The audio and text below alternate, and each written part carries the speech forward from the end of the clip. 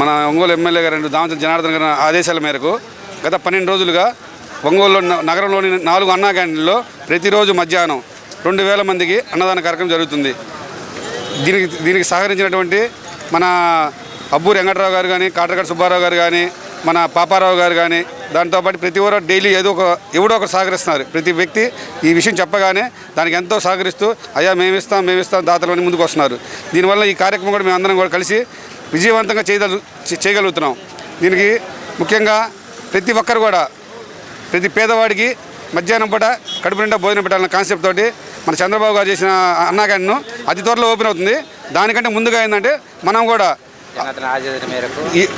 దానికంటే ముందుగా ఏంటంటే మన గవర్నమెంట్ ఒక 10-15 రోజులు ఓపెన్ చేయబోతుంది.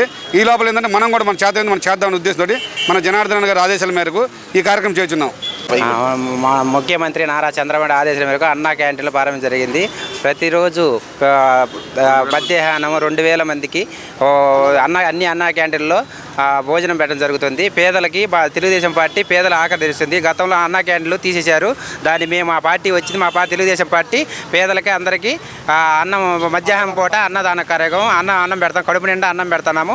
మా తెలుగుదేశం పార్టీ మా ఒంగోలు ఎమ్మెల్యే దామచల జనార్దన్ మేరకు ఆదేశాల మేరకు రోజు క్యాంటీన్ ప్రభుత్వ ఆదేశాలు వచ్చే వరకు మేము అందరం కలిసి తలా ఒకరోజు మామూలుగా అన్నా క్యాంటీన్లో 2000 మందికి భోజనాలు పెట్టడం జరుగుతుంది, అన్నం పెట్టడం జరుగుతుంది.